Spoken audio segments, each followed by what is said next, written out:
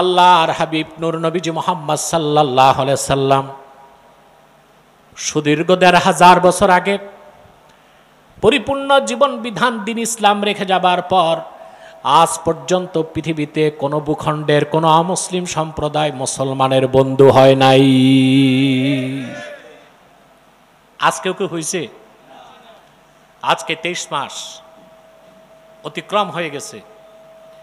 এই পৃথিবীর সবচেয়ে নিকৃষ্ট সন্ত্রাসী রাষ্ট্র নামটা কি? এটাকে রাষ্ট্র বলে মানা যায় না। এটা হচ্ছে most terror state in the world, illegal state. এটা কোনো বৈধ রাষ্ট্র না, অবৈধ রাষ্ট্র এবং সন্ত্রাসী রাষ্ট্র। ২৩ মাসে ফিলিস্তিন ভূখণ্ডে প্রায় ৬৫,০০০ মুসলমানকে হত্যা করছে। জাতিসংঘ কই? কথা বলেন। জাতিসংঘে ৫৭টি মুসলিম রাষ্ট্রই জাতিসংঘের সদস্যপদ পাইছে। কথা বলেন।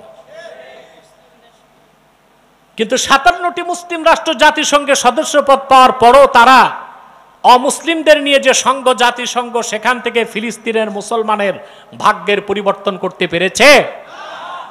কারণ অমুসলিমরা কখনো মুসলমানের বন্ধু হয় না। আর জাতিসংঘকে আমি বলে থাকি এটা হচ্ছে আমেরিকার একটা জুয়া খেলার ঘর। এটা খ্রিস্টানদের ক্লাব, খ্রিস্টানদের। এখানে ওরাই লুটপাট করে, ওরাই সন্ত্রাসী কাজ করে, ওরাই দেশে দেশে যুদ্ধ লাগায়, বুঝলেন? ওরাই সাপ পাঠায় ছবল দিতে, আবার ওরাই ওজা পাঠায় বিষ্টা বাইতে। ছবল দিতে ওরাই সাপ পাঠায়, আবার বিষ্টা বাইতে ওজা ওরাই পাঠায়। মনে রাখবেন মুসলমান, কিয়ামত তক জাতিসংঘ ফিলিস্তিন সমস্যার সমাধান করতে পারবে না। যদি এই পৃথিবীর ৫৭টি মুসলিম রাষ্ট্রের সকল মুসলিম রাষ্ট্র ঐক্যবদ্ধ হয়ে জাতিসংঘের কপালে থুতু নিক্ষেপ করে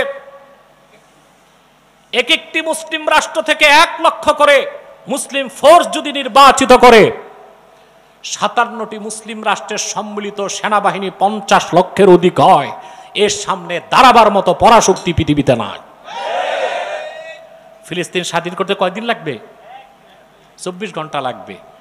তো কাফের মুশরিক কখনো বন্ধু হতে পারে না। বলছিলাম ৩টা খাসলত এক হলে, ৩টা খাসলত যার মধ্যে সন্নিবেশিত হবে ইমানের মধুর স্বাদ পেয়ে যাবে। তা প্রথমটা হচ্ছে আল্লাহ তার রাসূলের ভালোবাসা হবে সবকিছুর চেয়ে বেশি। ২ নাম্বার হচ্ছে ব্যক্তি ব্যক্তিকে ভালোবাসবে কার জন্যে? ৩ নাম্বার কঠিন কথা, প্রথম 2টা দাবি প্রমাণ হলো ৩য় কথায়, সেটা পরীক্ষা। সেটা হচ্ছে ওমাই ইয়াকরাহু আই ইয়াউদা ফিল কুফরি বা'দা ইয আনকাযাহুল্লাহ কামা ইয়াকরাহু আইয়ুলকা ফিন্নার।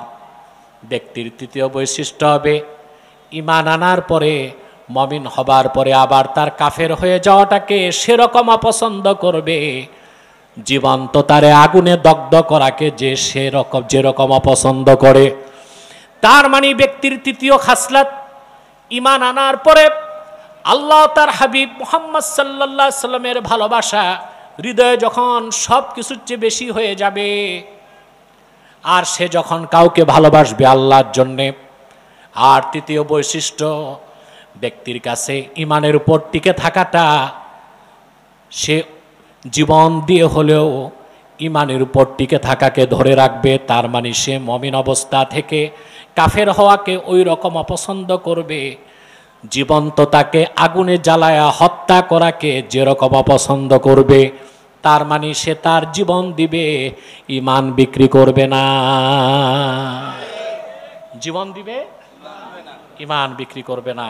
এর প্রমাণ রাসূল করিম সাল্লাল্লাহু আলাইহি সাল্লামের সাহাবীগণ দিতে পারছেন কিনা? ঈমানের উপর টিকে থাকতে জীবন দিতেন তারা।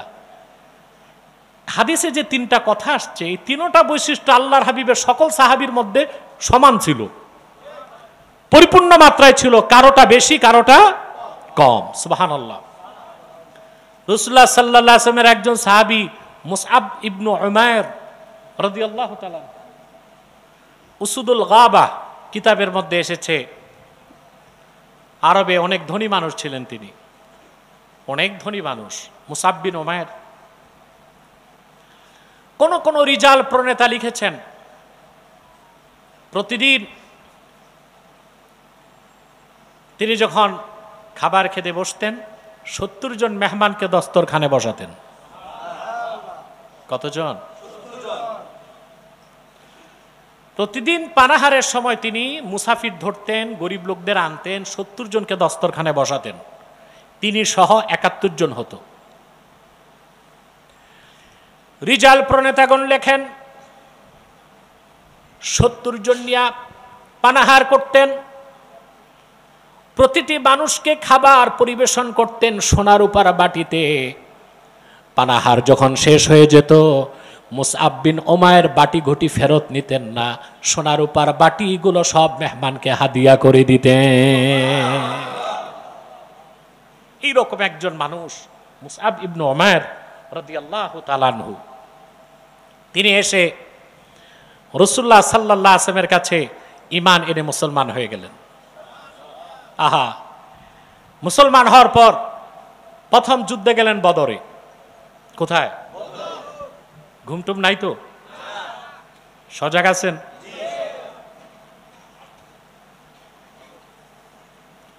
তিনি বদর যুদ্ধে গেলেন। বদর যুদ্ধে মুসআব বিন উমাইরেরই আপন ভাই আমের বিন উমাইর বন্দী হলো। সাহাবা একরাম তার হাত পা বেঁধে ফেলছেন। সে পরিচয় দিল, আমি তোমাদের সম্মানিত সাহাবী মুসআব বিন উমাইরের ভাই। এটা শুনে সাহাবা একরাম খাতির করছেন, তার হাতের বাঁধনগুলো ঢিলা করে দিয়েছেন। সকালবেলা যখন মুসআব বিন উমাইরকে বলা হলো তোমার ভাই বদর যুদ্ধে বন্দী হয়েছেন, তোমার পরিচয় পেয়ে আমরা তার হাতের বাঁধন ঢিলা করে দিছি। মুসআব বিন উমাইর বললেন, আল্লাহর হাবিব মুহাম্মদ সাল্লাল্লাহু আলাইহি ওয়াসাল্লামের বিরুদ্ধে যে অস্ত্র ধরতে পারে ওই রকম কুলাঙ্গার আমি মুসআব বিন উমাইরের ভাই হতে পারে না।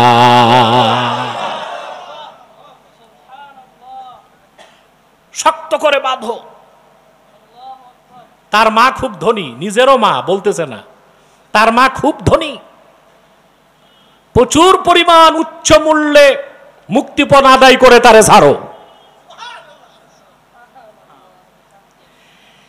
এই মুসআব বিন উমাইর রাদিয়াল্লাহু তাআলা আনহু উহুদ যুদ্ধে গেলেন। উহুদে তিনি শাহাদাত বরণ করেছেন।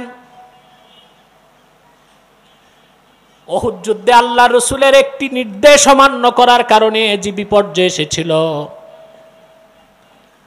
চতুর্দিক থেকে সাহাবায়ে কেরাম আক্রান্ত হয়ে গেলেন, শহীদ হতে লাগলেন। এক সময় কাফেরেরা আল্লাহর হাবিবের সামনে চলে এলো। সাহাবায়ে কেরাম একের পর এক শহীদ হতে লাগলেন। দুইজন সাহাবী সামনের থেকে সরলেন না।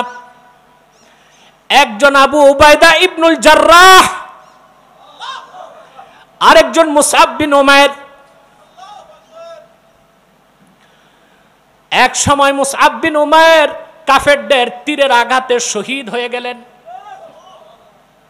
যুদ্ধ যখন শেষ, আল্লাহর হাবিবের সামনে মুসআব বিন উমাইরের রক্তমাখা দেহটা রাখা আছে।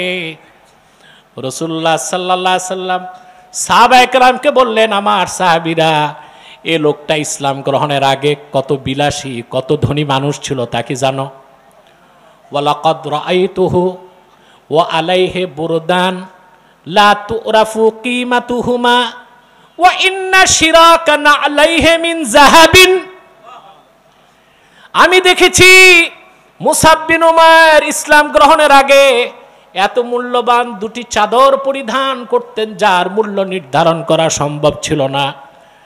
আর মুসআব বিন উমাইর যে জুতাটা পরিধান করতেন সেই জুতার ফিতাটা খাঁটি সোনার তৈরি ছিল। লোকটি আল্লাহ তার রসুলের ভালোবাসায় সম্পদ ছাড়লেন, মা ছাড়লেন, ভাই ছাড়লেন, গোত্র ছাড়লেন, বংশ ছাড়লেন, ঘর বাড়ি ছাড়লেন, বিত্ত বৈভব ছাড়লেন, শেষ মুহূর্তে রাসূলুল্লাহর কদমে জীবনটা উৎসর্গ করে দিলেন। সুবহানাল্লাহি বিহামদি। আল্লাহর হাবিব সাল্লাল্লাহু আলাইহি সাল্লামের নির্দেশ ছিল, শুহাদায়ে উহুদ তাদের কারো গোসল লাগে নাই, নিজ নিজ কাপড়েই দাফন করার হুকুম দেওয়া হলো। সাহাবায়ে কেরাম এসে বললেন, ইয়া রাসূলুল্লাহ, ইয়া হাবিবাল্লাহ, আপনার জন্য জান কোরবান করলো যে মুসআব বিন উমাইর, তার কাপড়টা এত ছোট, মাথাটা ঢাকলে পা খোলা থাকে, পা ঢাকলে মাথা খোলা থাকে। রাসূলুল্লাহ বললেন, তার মাথাটা ঢেকে দাও কাপড় দিয়ে, আর ইদখির ঘাস দিয়া তার পাটা ঢেকে দাও।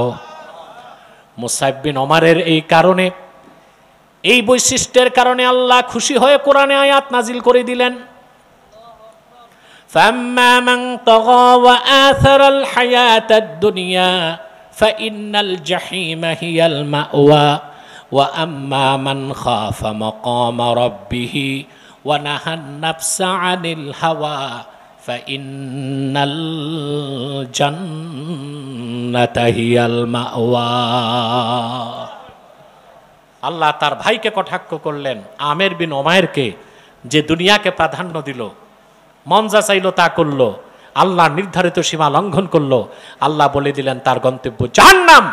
ওয়া আম্মা মান খাফা মাকাম রাব্বিহ, আর যে ব্যক্তি অর্থাৎ মুসআব বিন উমাইর যে আল্লাহর সামনে দাঁড়াবার ভয় অন্তরে পোষণ করলো, তার মন যা চাইল তা থেকে সে নিজকে নিবৃত রাখলো, আল্লাহ ঘোষণা করলেন তার আবাসস্থল হচ্ছে জান্নাত। বলেন সুবহানাল্লাহ। তাহলে ভাইরা, আল্লাহ রসুল মুহাম্মদ সাল্লাল্লাহু আলাইহি সাল্লামের ভালোবাসা জীবনের চেয়ে বেশি হতে হবে, সকল কিছুর চেয়ে বেশি হতে হবে, ঠিক কিনা বলেন? এই ক্ষেত্রে কোনো ছাড়। আবু উবাইদা ইবনুল জাররাহ উহুদ যুদ্ধে তিনি রাসূলুল্লাহ সাল্লাল্লাহু আলাইহি ওয়াসাল্লামের সামনে দাঁড়াইছিলেন। একটি নয়, দুইটি নয়, আল্লাহর হাবিবের নূরের জিসিমে কাফেররা যখন তীর ধনুক আঘাত করতে লাগলো, আবু উবাইদা ইবনুল জাররাহ তিনি বললেন, ইয়া রাসূলুল্লাহ, ইয়া হাবিবাল্লাহ, আমি সামনে আছি, আপনি ডানে বামে তাকাবেন না, আপনার দিকে ছোড়া প্রত্যেকটা তীর যেন আবু উবাইদার গায়ে লাগে, আপনার গায়ে না লাগে। কাফেরদের আঘাতে রাসূল করিম সাল্লাল্লাহু আলাইহি সাল্লামের দান মোবারক শহীদ হয়েছিল। আল্লাহর হাবিবের শিরস্ত্রাণ মোবারকে আঘাত করা হয়েছিল, লোহার কড়া সের মোবারকে ঢুকে গিয়েছিল। আবু উবাইদা ইবনুল জাররাহকে রাসূলুল্লাহ বললেন, তুমি লোহার কড়াটা বের করো। আবু উবাইদা ইবনুল জাররাহ বললেন, চিন্তা করলেন, আমি যদি হাত দিয়ে বের করি রাসূলুল্লাহ কষ্ট পাবেন। শক্ত করে দাঁত দিয়া কামড় দিয়া লোহার কড়াটা ধরে টান দিলেন। রাসূলুল্লাহ নূরময় সের মোবারক থেকে লোহার কড়া বেরিয়ে গেল, সঙ্গে তার দুইটা দাঁতও শহীদ হয়ে গেল। জীবন থেকে বেশি রাসূল করিম সাল্লাল্লাহু আলাইহি ওয়াসাল্লামকে সাহাবায়ে কেরাম ভালোবাসতেন, সেজন্য তাদের ঈমান ছিল হাক্কুল ইয়াকিন। সুবহানাল্লাহ। তারা ঈমানের মধুর স্বাদ পেয়ে গিয়েছিলেন। বলেন সুবহানাল্লাহ। রাসূল করিম সাল্লাল্লাহু আলাইহি ওয়াসাল্লামের ভালোবাসা জীবনের চেয়ে বেশি না হলে কামেল মুমিন হওয়া যাবে না। যাবে? প্রশ্ন হচ্ছে কেন? বিষয়টা কি জবরদস্তি হয়ে যায় না? কথা বলেন। আল্লাহকেও তার রাসূলকে জীবনের চেয়ে বেশি ভালোবাসবো কেন? বিষয়টা তো অনৈচ্ছিক। এটার জবাব মুহাদ্দিসগণ দিয়েছেন, আসবাবুল মাহাব্বাতি আরবা, ভালোবাসার কারণ হয় চারটা। কয়টা? তার প্রথমটি হচ্ছে জামাল, বাহ্যিক সৌন্দর্য। আল্লাহু আকবার। পূর্বের কোন পয়গম্বরের চেহারা দেখে কেউ মুসলমান হয় নাই। ১৫০০ বছর আগে হুনাইন যুদ্ধে উসমান বিন সাইবা ইবনে উসমান রাসূলুল্লাহ সাল্লাল্লাহু আলাইহি ওয়াসাল্লামের নূরের চেহারা মোবারক দেখে মুসলমান হয়ে গেছে। ইবনুল কাইয়্যিম জাওজি জাদুল মাআদে উল্লেখ করেছেন, সাইবা ইবনে ওসমান নিজেই বলেছেন, হুনাইন যুদ্ধে যখন মুসলমানরা চতুর্দিক ছড়ায় গেল, আমি অপেক্ষায় ছিলাম আল্লাহর হাবিবকে কিভাবে শহীদ করা যায়। অস্ত্র নিয়ে কাছে চলে আসলাম। যখনই আল্লাহর হাবিবের নূরের চেহারা মোবারকের দিকে তাকালাম, আমার হাত থেকে কাঁপতে কাঁপতে অস্ত্রটা পড়ে গেল। আমি দৌড়ায় যে রাসূলুল্লাহর হাতে হাত রেখে মুসলমান হয়ে গেলাম। এত সৌন্দর্য আল্লাহ তার হাবিবকে দান করেছিলেন। সুবহানাল্লাহ। তা ভাষায় প্রকাশ করা যাবে? কথা বলে না। আব্দুর রাজ্জাক বিশুদ্ধ সনদে কিছু হাদিস রওয়ায়াত করেছেন যা জুজউল মাফকুদে এসেছে। কিছু মৌলবী সাহেব বলতে পারে জুজউল মাফকুদের সনদ কি? সনদ আছে, যেটা দুবাই ইসলামী বিশ্ববিদ্যালয়ের হাদিস ডিপার্টমেন্টের চেয়ারম্যান আদ-দাক্তুর মোহাম্মদ ঈসা ইবনু আব্দুল্লাহ মানে তিনি জুজুল মাফকুদের একেবারে নুসখা, কলমি নুসখা সংরক্ষণ করেছেন, যেটা আব্দুর রাজ্জাকেরই সংকলন। বরং হাদিসগুলো বিভিন্ন সূত্রে বিভিন্ন তুরুকে রওয়ায়াত হয়েছে, বলেন সুবহানাল্লাহ। অতএব এখানে কিলোকাল করার বা ইশকাল করার কোনো সুযোগ নাই। রাসূল করিম সাল্লাল্লাহু আলাইহি ওয়াসাল্লামের সৌন্দর্য বর্ণনা করার মতো কোনো শব্দ নাই। আল্লাহর হাবিবের সৌন্দর্য বর্ণনার কোনো শব্দ সাহাবায়ে কেরাম পেতেন না। সেজন্য নূর নবীজির জামাল বা সৌন্দর্যের বর্ণনা কিভাবে দিতেন তারা শোনেন। আন আবি হুরায়রা রাদিয়াল্লাহু তাআলা আনহু আন্নাহু قال মা রাআইতু আহসানা মির রাসূলিল্লাহি সাল্লাল্লাহু আলাইহি ওয়াসাল্লাম কাআন্না আশ-শামসা তাজরি বাইনা আইনাইহি। আল্লাহ রসুল মুহাম্মদ সাল্লাল্লাহু আলাইহি সাল্লামের মতো সুন্দর কোন মানুষ আমি কোনোদিন দেখি নাই। রাসূলুল্লাহ দিনের বেলা তাকায় থাকলে মনে হতো ওনার দুই চোখের মাঝখান দিয়া সূর্য যাচ্ছে। আল্লাহু আকবার। সাহাবায়ে কেরাম রাসূলুল্লাহর সৌন্দর্য বর্ণনার কোনো শব্দ পায় নাই। সুবহানাল্লাহ।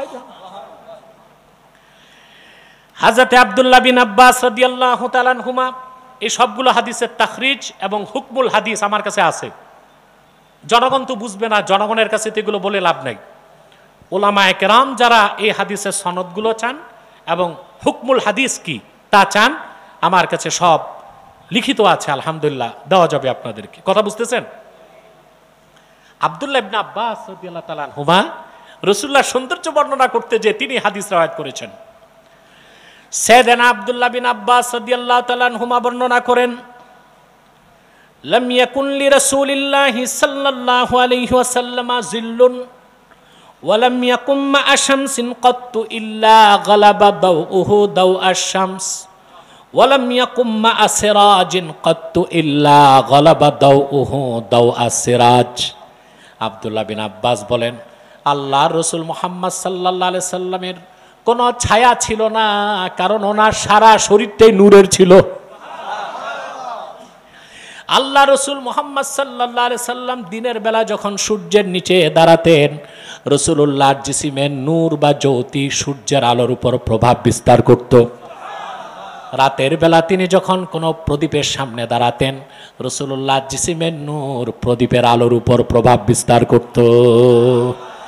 হাদিসটি শুধু আব্দুর রাজ্জাক বর্ণনা করেছেন তাই নয়, হাফেজ জালালউদ্দিন সুয়ুতি রাহমাতুল্লাহ ভিন্ন সনদে খাসাইসুল কুবরার মধ্যেও হাদিসটি নকল করেছেন।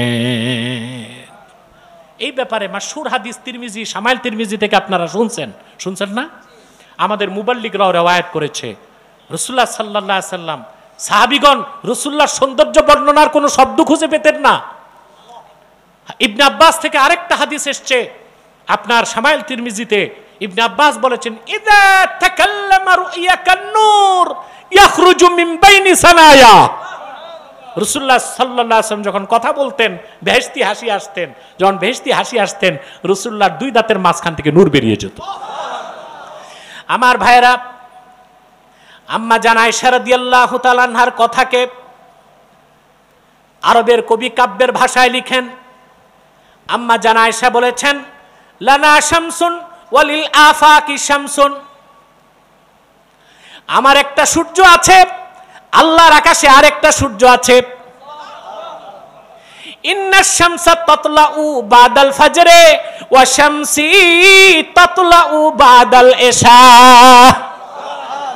আল্লাহর আকাশে সূর্য উদিত হয় ফজর নামাজের পরে, আর আবার সূর্য মুহাম্মদ উদিত হন এশার পরে। আল্লাহু আকবার। খাসায়েস কুবরায় ইমাম সুয়ুতী রাহমাতুল্লাহ আরেকটা হাদিস এনেছেন আম্মা জান আয়েশা থেকে। তিনি বলেছেন জুলাইখার সঙ্গী সাথীরা ইউসুফের সৌন্দর্য দেখে আঙ্গুল কাটছে। এটা কি বড় কিছু হইল? কথা বলে না, আঙ্গুলি না কাটছে, সমস্যা কি? আম্মা জান আয়েশা বলেছেন আল্লাহর কসম, জুলাইখার সঙ্গী সাথীগণ যদি মুহাম্মদ সাল্লাল্লাহু আলাইহি সাল্লামের নূরের কপাটটা, কপালের নূরের ঝলক একবার দেখতো, আঙ্গুল নয় আঙ্গুল নয়, আল্লাহর কসম তারা তাদের নিজ নিজ কলিজাগুলো কেটে টুকরা করে দিত। ভালোবাসার কারণ কয়টা? প্রথমটা কি? এই ছিল রাসূল করিম সাল্লাল্লাহু আলাইহি সাল্লামের জামালের কথা। সুবহানাল্লাহ। আসবাবুল মাহাব্বার দ্বিতীয় সাবাব হচ্ছে কামাল। একটা বাহ্যিক সৌন্দর্য, এটাকে বলে সুরাত, আভ্যন্তরীণ সৌন্দর্যকে বলা হয় সিরাত। সুবহানাল্লাহ। রাসূলুল্লাহ সাল্লাল্লাহু আলাইহি সাল্লামের কামাল, সিরাত কি রকম ছিল ভাষায় প্রকাশ করা যাবে? আমাদের ছাত্র মুবাল্লিক আব্দুর রহমান জাবির এই বিষয়ে কথা বলেছে, শুনেছেন আপনারা। আল্লাহ রাব্বুল আলামিন তার হাবিব মুহাম্মদ সাল্লাল্লাহু আলাইহি সাল্লামের চরিত্রের কথা, কামালের কথা বলতে যেয়ে বলেন ওয়া ইন্নাকা লাআলা খুলুকিন আযীম। প্রিয় হাবিব আমার মুহাম্মদ সাল্লাল্লাহু আলাইহি ওয়াসাল্লাম, কোনো সন্দেহ নাই আপনি সুমহান চরিত্রের উপর অধিষ্ঠিত আছেন। সুবহানাল্লাহ বলেন। রাসূলুল্লাহর চরিত্রকে আল্লাহ বলেছেন আযীম। কি বলেছেন? জোরে বলেন। আযীম এমন বড় জিনিস যা চিন্তা করার মতো মস্তিষ্ক নাই, লেখার মতো কলম নাই, ভাষায় প্রকাশ করার কোনো শব্দ নাই, যা মাপার মতো কোনো যন্ত্র নাই, এইরকম সুমহান জিনিসকে বলা হয় আযীম। কোরআন সাক্ষ্য দেয় আল্লাহ রাব্বুল আলামিন আপন কিতাব কোরআনকে বলেছেন আযীম। আল্লাহ নিজেকে বলেছেন আযীম, আল্লাহ তার আরশকে বলেছেন আযীম, আল্লাহ আপন হাবিবের চরিত্রকে বলেছেন ওয়া ইন্নাকা লাআলা খুলুকিন আযীম।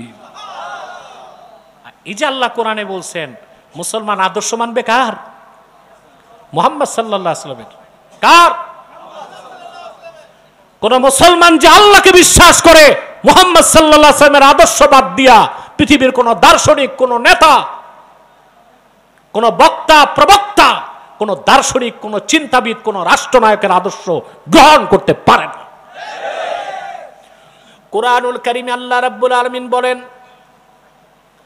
লাকাদ কানা লাকুম ফি রাসূলিল্লাহি উসওয়াতুন হাসানাতুন লিমান কানা ইয়ারজুল্লাহা ওয়াল ইয়াওমাল আখিরা ওয়া যাকারাল্লাহা কাসীরা।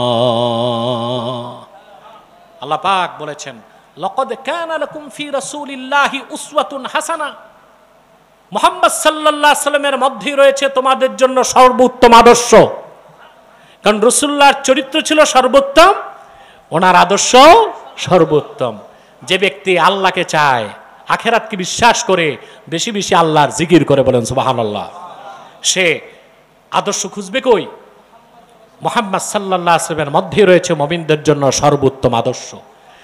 যার চরিত্র যত উন্নত তার আদর্শ তত মহান।